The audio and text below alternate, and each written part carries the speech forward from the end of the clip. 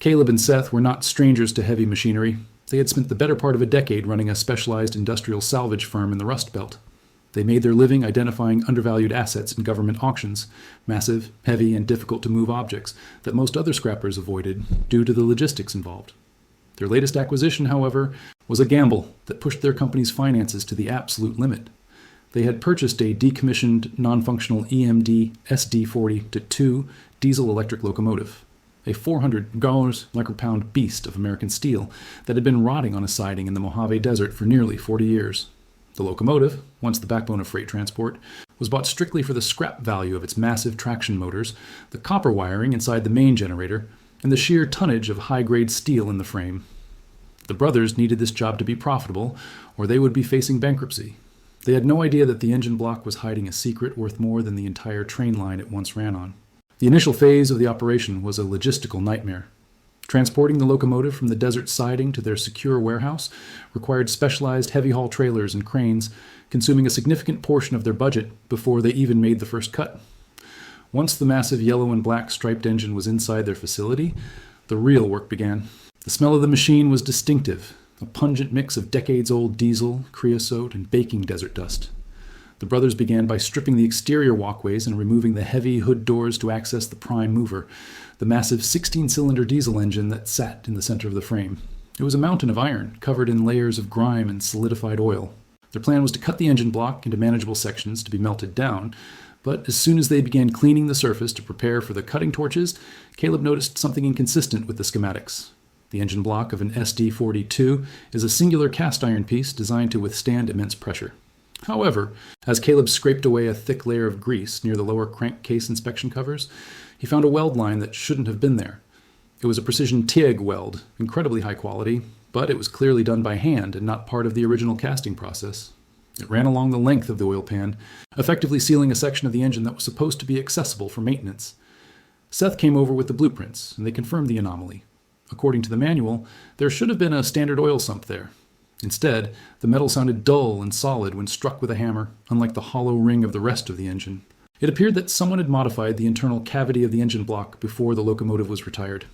Hey everyone, we're going to take a super quick break, because we need your help to solve this mystery. We are getting incredibly close to hitting 10 IOLearn subscribers, and we need you to smash that subscribe button right now to help us reach the goal. It helps us keep finding these crazy treasures. Also, a huge shout out to everyone using the super thanks button. It literally funds these salvage missions. Drop a comment below and tell us, where in the world are you watching this video from? We love seeing our global salvage crew. Now let's get back to this engine. Driven by curiosity and the nagging feeling that the weld was hiding something, the brothers decided to change their approach. Instead of using the oxyacetylene torches, which would burn whatever was inside, they opted for a slower, cold-cutting method using an angle grinder and a diamond-tipped saw. The process was deafening and slow, filling the warehouse with sparks and the smell of hot iron. It took nearly 4 hours to cut through the modified steel plate. As Seth pried the rectangular section of steel away with a crowbar, the heavy plate fell to the concrete floor with a clang, revealing a dark, rectangular void inside the crankcase. It wasn't an oil sump. The interior had been thoroughly cleaned, stripped of all mechanical components, and lined with a layer of thick, military-grade rubberized canvas. Caleb shone his high-intensity inspection light into the hole. The beam cut through the darkness of the engine's gut, revealing that the space was tightly packed. It wasn't drug money or loose gold coins, which were the usual fantasies of salvage workers. Inside were 4 metallic, silver suitcases, distinctly mid-century in design, possibly from the late 1960s or early 70s. They were wedged in perfectly, secured by rusted steel brackets that had been welded into place to prevent them from shifting during the locomotive's movement. The brothers realized that whoever hid these cases had access to heavy industrial tools and the time to modify a locomotive engine without being caught. This was a professional job. Seth reached in, his gloved hands struggling for grip in the tight space, and managed to unlatch the first bracket. It snapped with a sharp crack of rusted metal. He grabbed the handle of the first silver case and pulled. It was incredibly heavy, far heavier than a suitcase of clothes or paper should be. They dragged it out of the engine block and set it on the workbench. The case was locked, but the locks were simple mechanical latches that had corroded over time. With a flathead screwdriver and a hammer, Caleb popped the latches open. They lifted the lid, expecting perhaps tools or spare parts. Instead, they were staring at neat, vacuum-sealed bricks of paper. But it wasn't cash. It was a collection of high-value bearer bonds issued by a defunct European railway consortium, dated 1968. Each bond was denominated in thousands of dollars. A quick count of the first stack suggested the single case contained millions in face value. But underneath the bonds was something even more confusing: a set of technical schematics stamped top secret, and a series of prototype circuit boards that looked light years ahead of 1960s technology. They hadn't just found money. They had found the loot from a robbery that involved industrial espionage. The locomotive wasn't just a train, it was a getaway vehicle that had never been unloaded. The brothers stood in silence, the hum of the warehouse lights the only sound, realizing that they had just cut into a 50-year-old cold case that was about to turn their lives upside down. The other 3 cases were still inside the engine, and if the first one was any indication, the total value was astronomical. The atmosphere in the warehouse shifted instantly from a routine salvage operation to a scene of high-stakes industrial archaeology. Caleb and Seth stood over the open first case, the smell of old paper and ozone drifting up from the vintage electronics. The bearer bonds were shocking enough, representing a potential fortune in unrecovered assets, but the prototype circuit boards hinted at a much deeper, more complex story.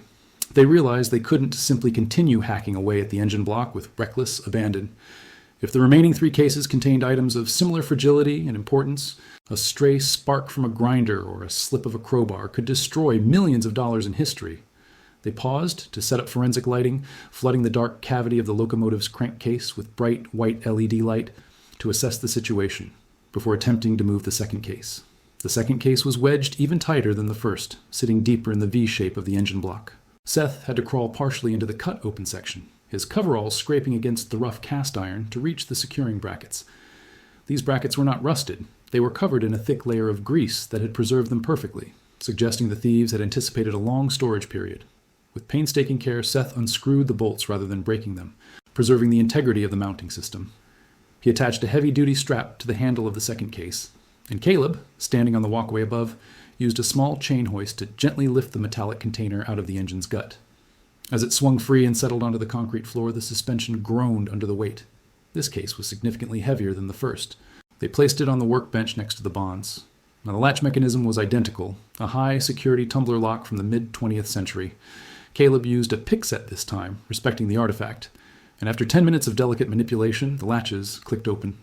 Inside, nested in custom-cut, velvet-lined high-density foam, was a device that looked like something out of a science fiction movie from the 1960s.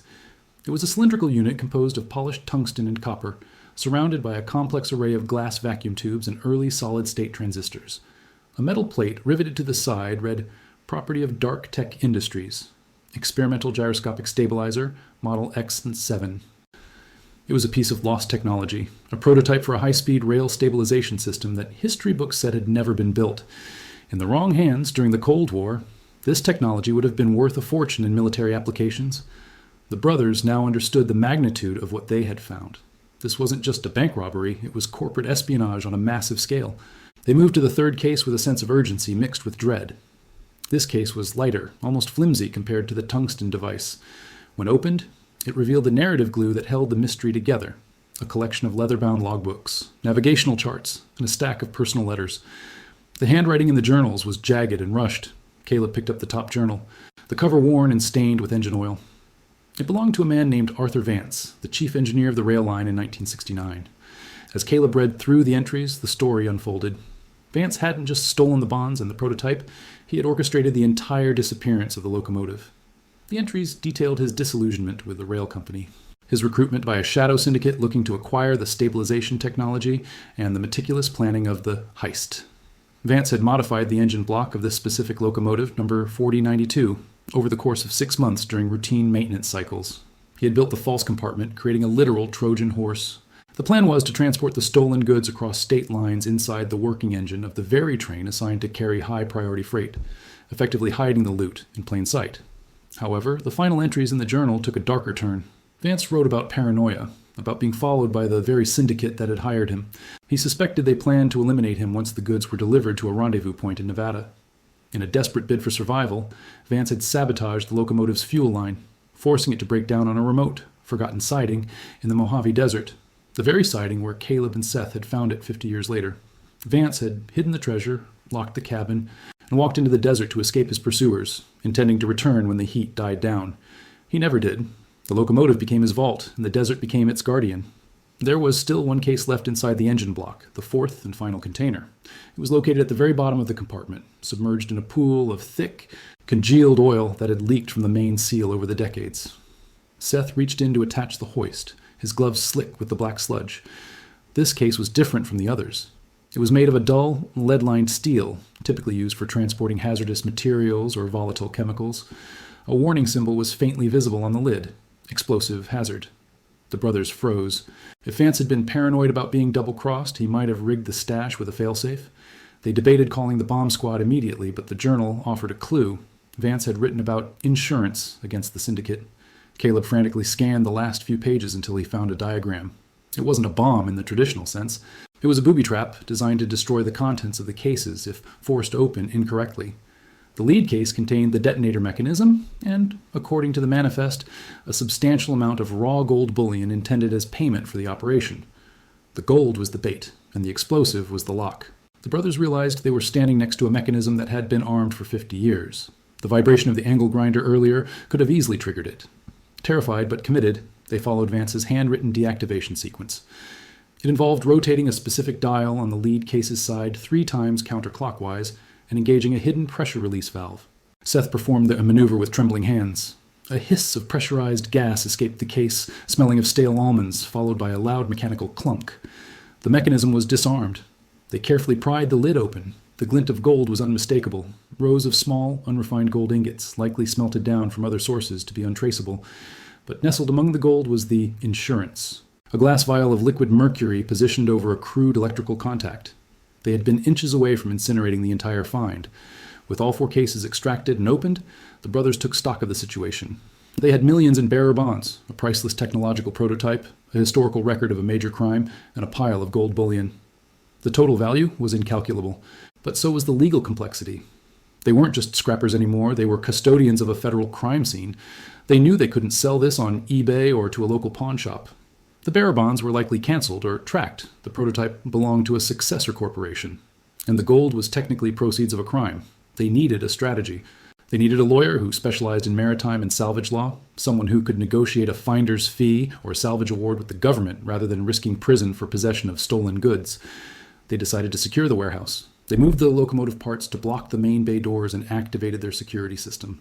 They then began the tedious process of photographing and cataloging every single item, creating a digital paper trail to prove they had found it legitimately during a salvage operation. As they photographed the prototype, Caleb noticed a small compartment on the device itself that they had missed. It was a maintenance port. He shone his light inside and saw something that made his blood run cold. Tucked inside the prototype's casing was a set of photographic negatives and a microfilm reel. Vance had been collecting blackmail material. The brothers held the reel up to the light. Even without a projector, the images were clear enough to recognize faces of powerful political figures from the late 60s meeting with known organized crime leaders. The Locomotive wasn't just hiding money. It was hiding the secrets that could rewrite the history of the era. The discovery of the microfilm reel fundamentally changed the nature of the brothers' predicament. They were no longer dealing with simple stolen property or a historical curiosity. They were holding radioactive political leverage that had been preserved in grease and darkness for half a century. The warehouse, usually a sanctuary of noise and industry, felt dangerously quiet. Caleb and Seth instinctively locked the heavy steel doors of the facility and killed the main exterior lights, plunging the yard into shadow. They understood that while the thief, Arthur Vance, was long dead, the powerful entities he had blackmailed and the corporation that built the prototypes might still exist in some form. The logo on the prototype, Dark Tech Industries, was a subsidiary of a massive defense contractor that was currently one of the largest technology firms in the world. The secrets on that microfilm could still destroy careers and invalidate billion-dollar contracts. Paranoia began to set in. Every creak of the settling metal roof sounded like footsteps. They knew they were out of their depth. They needed legal protection immediately, not just a criminal defense attorney, but a specialist in high-stakes federal asset recovery. Seth remembered a contact from a previous job involving a recovered government buoy, a sharp no-nonsense attorney named Elena, who operated out of D.C. and specialized in the gray area between maritime salvage and federal property law.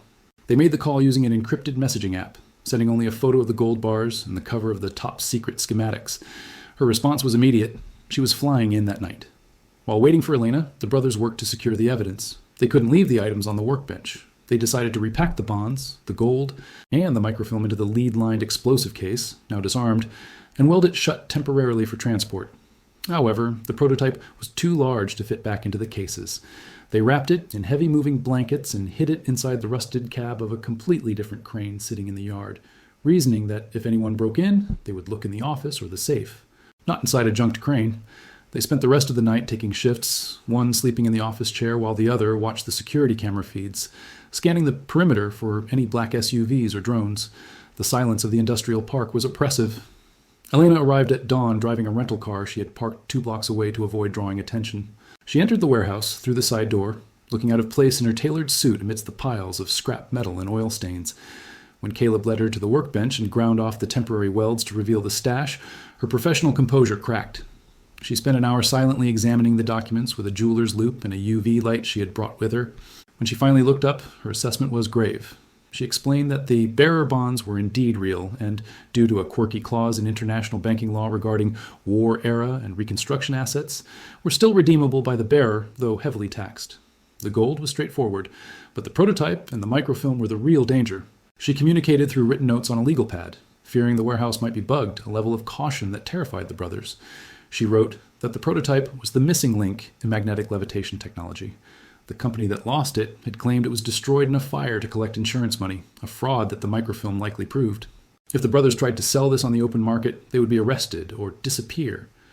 The only way out was to turn the evidence over to the Department of Justice, DOJ, as part of a whistleblower and recovery agreement. They could claim a percentage of the recovered value and the exposed insurance fraud penalty, which could be worth far more than the gold itself. It was a white hat solution, becoming heroes to the state to protect themselves from the corporation. The plan was set. They would load the assets into the brothers' nondescript work van and drive directly to the nearest FBI field office, where Elena had already set up a meeting with a senior agent she trusted. It was a 3-hour drive through the desert highway. They loaded the heavy lead case and the blanket-wrapped prototype into the back of the van, covering them with dirty tarps and old tires to make it look like a standard junk haul. Elena rode in the passenger seat, clutching a briefcase with the digital scans and the original microfilm. Caleb drove, his knuckles white on the steering wheel. Seth sat in the back, armed with a large wrench, a futile gesture against the magnitude of the threat, but it made him feel better. The first hour of the drive was uneventful, the vast, empty landscape of the Mojave passing by in a blur of heat haze. But as they merged onto the main interstate, the situation deteriorated. Caleb noticed a dark sedan keeping pace with them 2 lanes over. It was a generic model, tinted windows, no front license plate. When he sped up, the sedan sped up. When he slowed down, it matched his speed. It wasn't a coincidence. Elena checked her phone and cursed silently. The signal was jammed. Someone was using a localized signal disruptor. They weren't being followed by police. They were being hunted by a private security team who likely tracked the unique radioactive signature of the prototype or had been monitoring the warehouse remotely. Panic surged in the van. Elena directed Caleb to exit the highway and take a secondary route through a canyon pass, hoping to lose the tail in the winding roads. The work van, heavy with tools and the stolen hoard, groaned as Caleb pushed it to its limit. The sedan followed, aggressive now, closing the distance. This was the syndicate, or the corporation's cleaner unit that Vance had written about 50 years ago, still protecting the secret. They tried to ram the back of the van, the metal crunching loudly, sending the van skidding toward the guardrail. Seth was thrown against the wall of the van, the heavy prototype sliding dangerously close to crushing him. Caleb fought for control, downshifting and swinging the van around a tight hairpin turn. The sedan, faster but lighter, struggled to hold the line. In a moment of desperate improvisation, Seth grabbed a heavy bucket of loose bolts and scrap steel they kept for ballast. He kicked open the rear doors of the moving van, the wind roaring into the cargo space. As the sedan lunged forward to ram them again, Seth hurled the bucket's contents onto the road directly in front of the pursuer. The steel debris acted like shrapnel. The sedan's front tires blew out instantly and the car swerved violently, spinning out of control and slamming into the canyon wall in a cloud of dust and smoke. They didn't stop to check on the pursuers. Caleb floored the accelerator, the van's engine screaming. They drove the remaining 2 hours in varied silence, the adrenaline crash leaving them shaking. When they finally pulled into the fortified underground garage of the FBI field office, greeted by armed federal agents that Elena had coordinated, the brothers collapsed back into their seats. They were safe, but the vehicle behind them was wrecked, and they had essentially just declared war on a billion-dollar entity. The agents swarmed the van, securing the perimeter. The salvage operation was over. The federal investigation was just beginning. The Locomotive had been a time capsule, and they had just broken the seal. Inside the secure interrogation room, the atmosphere was sterile and cold. The items were laid out on a steel table, the gold, the bonds, the futuristic device, and the damning microfilm. A team of frantic analysts and Department of Defense experts were brought in to verify the prototype. The brothers watched from behind one-way glass as an elderly scientist entered the room, looked at the device, and literally fell to his knees in disbelief. It was the Excalibur drive, a legendary piece of Cold War engineering myth. The verification was complete. The government was taking custody. Now came the negotiation for the brothers' reward and their witness protection. The discovery was valued tentatively not in the millions, but potentially in the billions regarding the intellectual property recovery. But the corporation involved would not go down without a legal fight that would drag the brothers into the national spotlight. The transition from the chaos of the desert highway to the sterile, fluorescent-lit silence of the federal secure facility was jarring for Caleb and Seth. They were no longer in the dusty, oil-stained world of salvage. They were now the center of a high-level national security incident. The brothers were separated, showered, and given generic gray government sweatsuits, while their clothes, stained with the grease of the locomotive and the sweat of the chase, were bagged for forensic evidence. For 12 hours, they sat in comfortable but locked waiting rooms, watching the news on a muted television. The headlines were already breaking: a mysterious crash in the canyon, rumors of a federal raid, and a massive legal injunction filed by a subsidiary of a major defense contractor against unknown parties regarding the theft of proprietary technology. The corporation was moving fast, spinning the narrative before the truth could get out. Elena, their attorney, was the only link to the outside world. She moved between the interrogation rooms and the strategy meetings with a ferocity that terrified the government lawyers. She returned to the brothers with an update that was both exhilarating and terrifying. The technical analysis of the Excalibur prototype was preliminary but earth-shattering. The device wasn't just a stabilizer, it was a compact, high-output magnetic propulsion drive, a technology that was theoretically impossible in 1969 and was still decades ahead of current public science. The government scientists believed it was reverse-engineered from unknown sources, or was the singular work of a rogue genius within the dark tech program. Its value was not monetary, it was strategic. It was the kind of technology wars were fought over. However, the analysis hit a critical wall. The device was encased in a tamper-proof housing made of a unique tungsten ceramic alloy. X-ray scans revealed a complex internal locking mechanism that physically disconnected the power cores from the circuitry. Without the specific physical key to engage the drive, it was a paperweight. If they attempted to force it open, the internal vacuum tubes were rigged to implode, destroying the delicate circuitry and the proprietary secrets within. The scientists needed the activation key, and they were convinced it wasn't in the 4 cases the brothers had brought in. They had the engine, but they didn't have the ignition. Simultaneously, the situation with the microfilm had escalated the stakes. The DOJ analysts had decrypted the context of the documents. Arthur Vance, the thief, hadn't stolen the drive for money. The letters revealed he had discovered that the Dark Tech Corporation was planning to sell the technology to a Soviet proxy in a deal that would have shifted the balance of the Cold War. Vance was a patriot who had staged the robbery to prevent the sale. He had hidden the drive in the one place he knew the Soviets wouldn't look, a domestic freight locomotive, and died trying to get it to the FBI.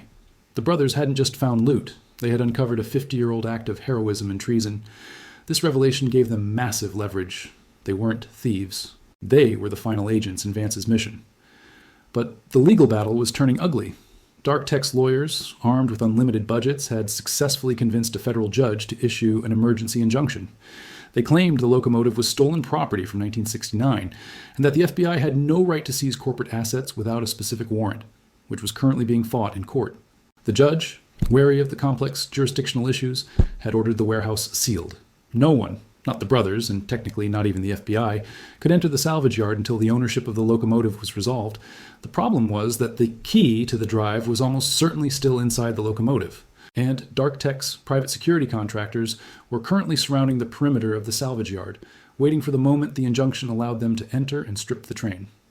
Caleb and Seth realized where the key was. As they looked at the blown-up schematics of the locomotive's cab projected on the wall, Seth pointed to the control stand. The SD-42 locomotive has a specific throttle lever, a heavy steel handle. In the photos the brothers had taken for their salvage inventory, the throttle handle on this specific unit was slightly different. It was thicker, with a knurled grip that didn't match the standard EMD factory parts. Vance had been the chief engineer. He would have kept the key close to his hand, hidden in the one object a train engineer touches constantly. The activation key was likely disguised as the throttle lever itself. If Dark Tech's team got into the cab, they would scrap the console or find the anomaly, and the leverage and the technology would be lost forever. The The lead FBI agent, a stern man named Agent Miller, realized the precariousness of the situation. He couldn't legally raid the warehouse due to the injunction without causing a massive judicial scandal that would tip off Dark Tech that the key was the target. If Dark Tech knew the key was there, they would burn the warehouse down to destroy it rather than let the government have it. They needed a non-official solution. They needed someone who knew the layout of the yard, someone who could navigate the hazards of the salvage piles in the dark, and someone who could physically dismantle the locomotive's control stand without destroying the mechanism. They needed the brothers. Elena negotiated a frantic, high-stakes deal. The brothers would go back in, not as federal agents, but as consultants performing a frantic safety check that wasn't technically covered by the injunction's language regarding search and seizure. It was a flimsy legal loophole, but it was enough. The plan was a covert insertion. The salvage yard backed up to a massive, concreted storm drain system that ran underneath the industrial park. The brothers knew the drainage tunnels well. They used them to route heavy cables and had welded a secret access grate from the inside of their workshop floor years ago for drainage access. It was the only way in that wasn't watched by Dark Tech's mercenaries. The operation was set for 2:00 a.m. The brothers were outfitted with tactical body armor under their coveralls, encrypted communication earpieces, and silent thermal cutters. They were driven in an unmarked van to a maintenance access point 3 miles from their warehouse. Entering the storm drain was like entering another world. The air was damp and smelled of stagnant water and rust. They trudged through the knee-deep sludge, guided by the green glow of their night vision goggles. The silence was oppressive, broken only by the dripping of water and their own suppressed breathing. This was their property, their business, yet they were infiltrating it like burglars. Reaching the underside of their warehouse, they found the grate they had welded shut years ago. Seth used the thermal cutter, the blue flame hissing quietly as it sliced through the tack welds. They pushed the grate up and climbed into the familiar darkness of their own workshop. The locomotive loomed above them, a massive shadow in the moonlight filtering through the skylights. The warehouse was silent, but the threat was outside. Through the cracks in the bay doors, they could see the headlights of the private security SUVs patrolling the fence line. They were surrounded. They moved to the locomotive, climbing the metal ladder to the walkway with practiced silence. The door to the cab was jammed shut with rust as they had left it. Caleb used a pry bar, the metal groaning loudly in the quiet space. They froze, waiting for a reaction from outside. A spotlight from the security fence swept across the warehouse windows, illuminating the dust motes in the air. The brothers ducked below the window line, hearts pounding against their ribs. The light passed. They squeezed into the cab. It was a time capsule of 1969, covered in desert dust. Seth moved to the control stand. The throttle handle was there, unassuming, covered in 50 years of grime. He reached out to grab it, but it didn't pull off. It was mechanically locked into the console. They didn't have time to unscrew the entire assembly.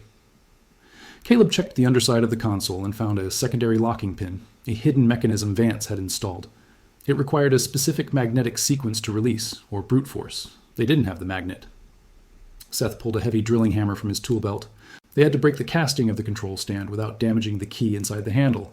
One wrong hit, and they would destroy the mechanism. Outside, the sound of a gate chain being cut echoed through the yard. The injunction had either been lifted, or Dark Tech had decided to breach the perimeter illegally. The mercenaries were coming in. The brothers were trapped inside the locomotive, armed with a hammer. While a paramilitary team approached the bay doors, they had seconds to secure the key and vanish back into the tunnels. The sound of the rolling steel door crashing upward echoed like thunder through the cavernous warehouse. A blinding wall of white LED light flooded the loading bay, casting long, sharp shadows that stretched across the concrete floor.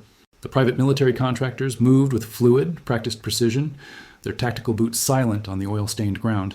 They weren't police. There were no shouts of freeze or federal agents. These were cleaners, a paramilitary unit sent to sanitize the site and recover the asset at any cost. Inside the cab of the locomotive, the brothers were frozen, the beam of a tactical laser sweeping across the dusty windshield just inches above their heads. They were trapped in a steel box, and the enemy was 30 feet away and closing in. Seth looked at the throttle handle, then at Caleb. The look in his eyes was one of desperate resolve. He couldn't unscrew the mechanism quietly. Time had run out. He gripped the drilling hammer with both hands, took a short, sharp breath, and swung it with all his strength against the base of the control stand. The sound was sickeningly loud in the tense silence, a sharp crack of shattering cast iron that rang out like a gunshot. The mercenaries froze instantly, their weapons snapping toward the locomotive. The element of surprise was gone, but the casting had fractured. Seth wrenched the throttle handle sideways, the metal groaning as the internal locking pins sheared off. With a final adrenaline-fueled yank, the handle came free, trailing a ribbon of complex gold-plated wiring that had been hidden inside the steering column. They had the key. "Contact!" "Cab!" a voice shouted from the floor, mechanical and distorted by a radio. Bullets sparked against the thick steel hull of the SD-42, sending showers of hot metal fragments into the cabin. The brothers dropped to the floor, scrambling over the rusted floorboards. The locomotive's heavy armor, designed to survive collisions with semi-trucks, was the only thing keeping them alive. They couldn't go out the door they came in. The ladder was exposed to the firing line. Caleb kicked open the rear door of the cab, leading to the narrow external walkway that ran along the long hood of the engine, shielded from the bay doors by the bulk of the V-16 engine block itself. They crawled along the walkway, the cold steel biting into their knees, while the mercenaries advanced using the piles of scrap metal for cover. The brothers needed a distraction, something to break the suppression fire and allow them to reach the floor grate near the back wall. Caleb spotted the main breaker panel for the overhead crane, mounted on a structural pillar just within reach of the walkway's railing. It was an ancient industrial switchbox. He didn't have time to be precise. He grabbed a heavy, rusted wrench from his belt and hurled it at the box. The aim was true. The heavy tool smashed into the ceramic fuses and the exposed bus bar. The result was spectacular. A massive arc of blue electricity exploded from the pillar, showering the floor below in sparks and plunging the far side of the warehouse into strobing darkness as the lighting circuits overloaded. The sudden pyrotechnics caused the mercenaries to flinch and retreat for a split second, their night vision flared out by the electrical arc. In that moment of chaos, the brothers vaulted over the railing, dropping 10 feet to the concrete floor behind a stack of crushed cars. The impact jarred their bones, but the adrenaline masked the pain. They scrambled toward the open floor grate, their boots slipping on the slick floor. Bullets chipped the concrete around them as they dove into the dark hole of the storm drain. Seth went first, clutching the throttle handle to his chest like a newborn. Caleb followed, pulling the heavy steel grate back into place just as a boot slammed down onto it. He heard the muffled shout of a mercenary above, but they were already sliding down the drainage chute, tumbling back into the murky, subterranean silence of the tunnels. They didn't stop to catch their breath. They ran through the knee-deep sludge, the green glow of their night vision guiding them back toward the extraction point. The sounds of pursuit, heavy footsteps echoing in the pipes behind them, spurred them on. They weren't just salvage experts anymore, they were fugitives in the veins of the city. 20 minutes later, they burst out of the tunnel exit into the cool desert night, 3 miles away. Agent Miller's team was waiting. The brothers were hauled into the back of an armored transport, gasping for air, covered in sewage and grease. Seth reached into his tactical vest and pulled out the throttle handle. Under the harsh interior lights of the van, the object looked alien. The base of the handle wasn't mechanical. It was a solid block of machined crystal and gold contacts, a biometric and electronic interface disguised as a piece of 1960s industrial iron. Miller took the key with a look of reverence. The extraction was successful.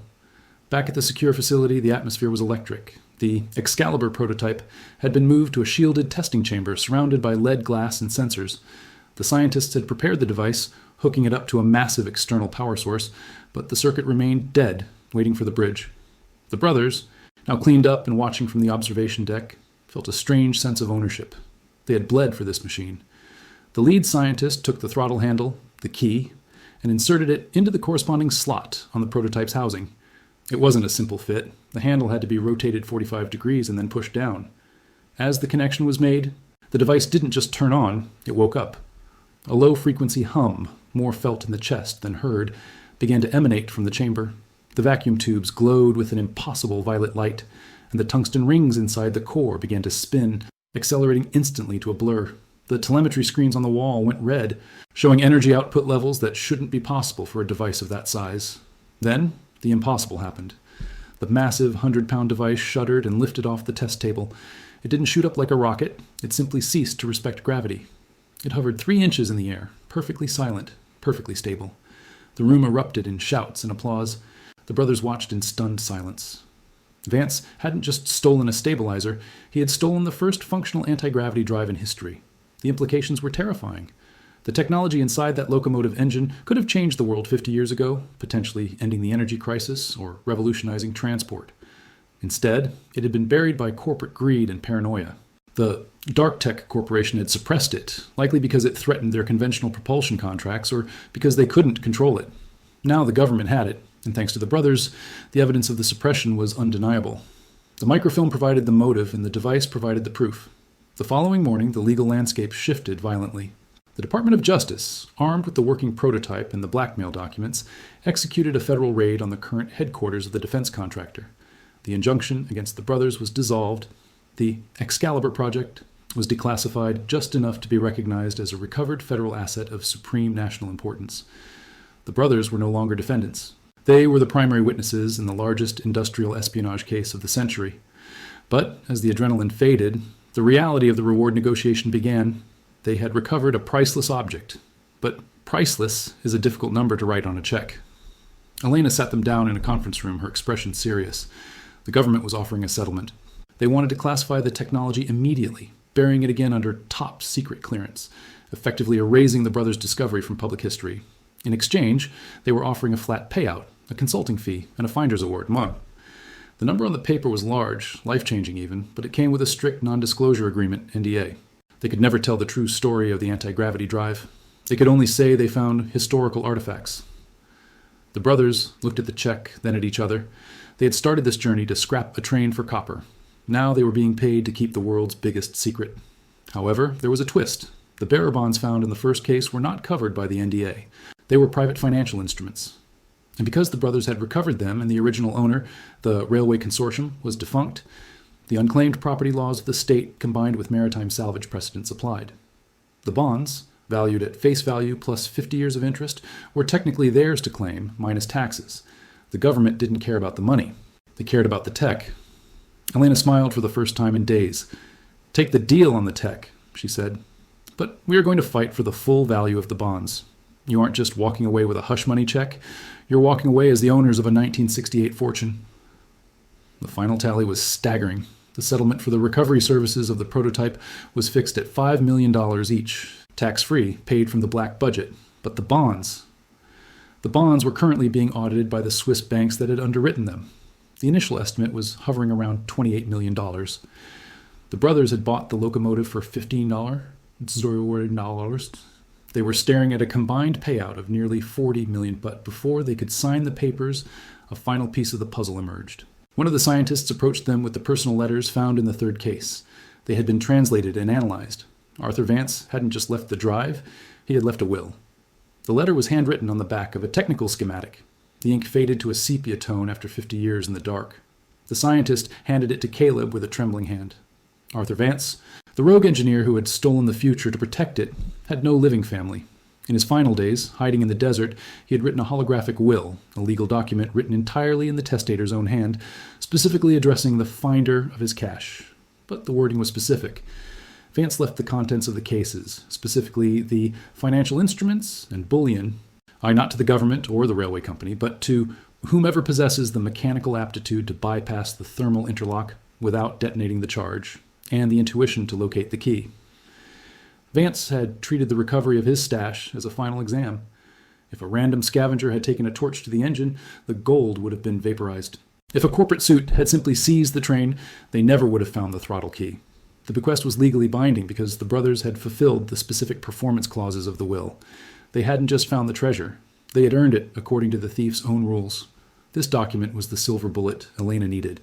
It effectively stripped the government of any claim to the bonds or the gold under proceeds of crime statutes, because the original owner had voluntarily transferred the title to them, the solvers of his puzzle. With the will authenticated, the settlement was finalized rapidly. The government was eager to close the book on the Excalibur incident and bury the anti-gravity technology deep within the archives of a black site research facility. The brothers signed the mountain of non-disclosure agreements, effectively swearing to never speak of the floating machine again. In exchange, the wire transfers were authorized. The consulting fee for the tech recovery was paid out. $10 million total. The gold bullion, sold to the Treasury at spot price, netted another $1, $2 million. But the bearer bonds were the main event. After the Swiss banks completed their audit and the taxes were levied, the redeemed value of the 1968 rail bonds came to a staggering $26, $4 million. Caleb and Seth walked out of the federal building into the bright afternoon sun of Washington, D.C., blinking as if waking from a long dream. They had gone in as blue-collar scrappers worried about making payroll. They were leaving with a combined net worth of nearly $38 million. They stood on the sidewalk, the noise of the city washing over them. Most people would have booked a flight to a private island immediately. Seth looked at Caleb and asked, "So, are we going to buy that crusher we've been looking at?" Caleb grinned. They weren't done. They were just getting started. 6 months later, the landscape of their business had changed unrecognizable. They didn't retire. Instead, they purchased the entire industrial park where their old warehouse stood. Vance Industrial Recovery was born, renamed in honor of the man who made it possible. They built a state-of-the-art facility equipped with ground-penetrating radar, 3D laser scanners, and heavy-lift gantries that could strip a battleship in a week. They no longer had to gamble on rust buckets. They became the premier high-value salvage consultants in the country, hired to recover difficult assets from collapsed mines, sunken barges, and decommissioned military sites. They used their fortune to professionalize the art of the scrap hunt. The centerpiece of their new headquarters, sitting in the polished concrete lobby under a glass atrium, was the shell of the SD-42 locomotive. They had restored the exterior to its original 1960s glory, painting it in the livery of the defunct rail line. However, the engine compartment doors were permanently removed, and the massive V16 engine block was displayed exactly as they had left it, cut open, with the secret compartment illuminated by museum-quality lighting. Inside the empty cavity where the cases had been, they placed a replica of the gold bars and a plaque telling the official story, that of a lost shipment of bonds found by two brothers. The anti-gravity drive, of course, was absent, its existence erased from the record. But the brothers knew what had really been there. Every morning, when they walked into their office, they passed the locomotive. It was a constant reminder that, in their line of work, rust is just a wrapper for history. They had learned that the world is full of things that people throw away because they don't understand their value. They had found the fortune, but more importantly, they had solved the riddle. The locomotive was no longer a machine. It was a monument to the idea that if you looked deep enough into the gears of the past, you might just find the key to the future. The brothers stood on the balcony overlooking their busy yard, watching a new team of apprentices dissecting a fleet of retired cargo planes. Seth tapped the railing, a thoughtful look on his face. "You think there's anything in those planes?" he asked. Caleb laughed, adjusting his welding cap. "Only one way to find out." Their obsession with the past didn't just give them a job, it gave them a fortune that changed their future forever. Thanks for watching our incredible journey.